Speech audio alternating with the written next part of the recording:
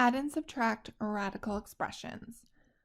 So with these problems, we have addition and subtraction signs. So we need to group together like radicals. And right now, when we are looking at this, we don't have any like radicals. So let's simplify and see if we do have like radicals. 20 can be broken down into 4 times 5. So I'm going to rewrite this as 4 times 5. And the reason that we want to do this is really a square root. There isn't a 2 there, but it is implied. So I can actually change the 4 to be a 2 squared. And the reason I want to do that is because then that square root and the square will cancel. Now the 5 won't simplify, so we'll just leave that as 2 root 5.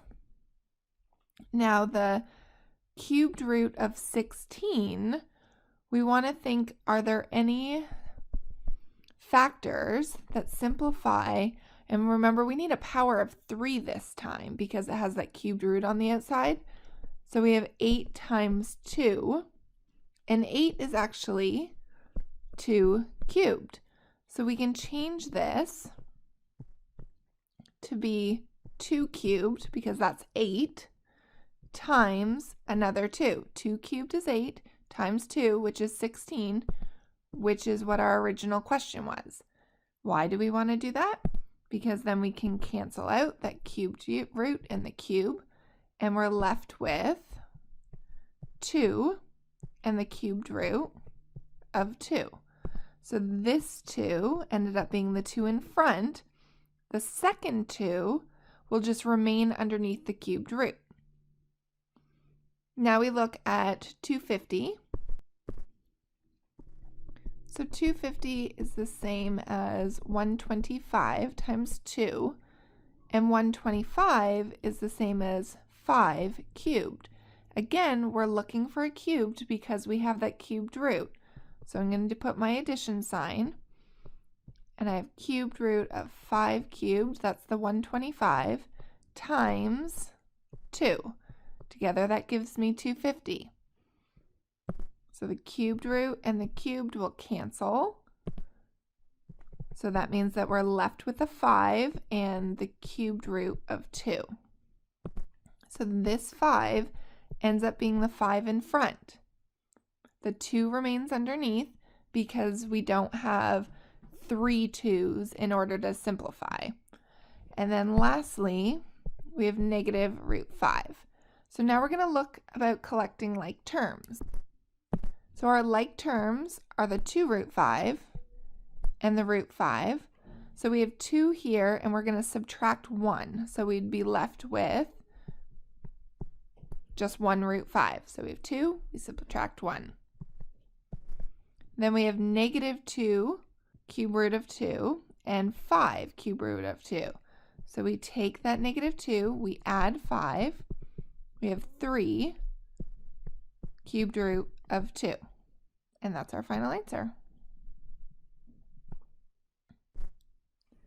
So in our next question, we are going to distribute that cubed root of 7 with a 2 and the negative cubed root of 49. So the first thing we're going to do is multiply these together. So we end up getting 2, the cubed root of 7. So the reason why we are not multiplying the 2 and the 7 together is because that 2 is not under a cubed root, so it goes out in front. When we multiply the second term, we end up getting a minus, and then we have cubed root of 49 times 7. So since both of them are underneath the cubed root, we keep them underneath there. Now I'm going to rewrite this as 7 cubed because 49 is the same as 7 squared, plus we had that original 7. So we simplify that cubed root and the cube, so we're left with 2 cubed root of 7 minus 7. In our next example, we need to rationalize our denominator. So we have a radical in the denominator. The rule is that when something is simplified, we cannot have a radical in the denominator. So if we look at the denominator, it's 2 plus the square root of 5. In order to rationalize this, we need to multiply by the complex conjugate. Now, you've heard that term before, and it was when we were multiplying by the complex conjugate that had to do specifically with an imaginary number. So remember, with a complex conjugate, our numbers are the same. The only thing that's different is that subtraction sign. So we went from positive to negative. So I'm going to rewrite the question. And I'm going to multiply the numerator and the denominator by the complex conjugate. Whatever we do on the top, we do on the bottom, then we're fine. So if I multiply the numerator together, I get 1 times 2 and 1 times the square root of 5, so it remains the same. When I multiply the denominator, I really have a binomial times a binomial here. So I'm going to FOIL. So I'll multiply the 2 times 2. That gives me 4. The outer for O, 2 times the negative square root of 5, will give us negative 2 root 5. The inner, positive 2 root 5. And the last, we will get the square root of 25. Because the square root of 5 times the square root of 5, we multiply those 5s together and we get 25. Now notice what happens in the middle two terms.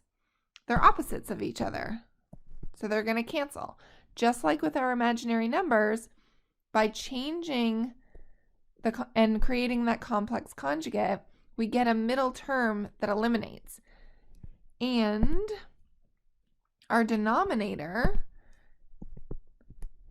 is going to end up just being a number because we have the negative square root of 25. The square root of 25 is the same as 5. So I'm going to rewrite this. There's our numerator. And there's our denominator. So we get 2 minus square root of 5 over negative 1, which is equivalent to negative 2 plus the square root of 5.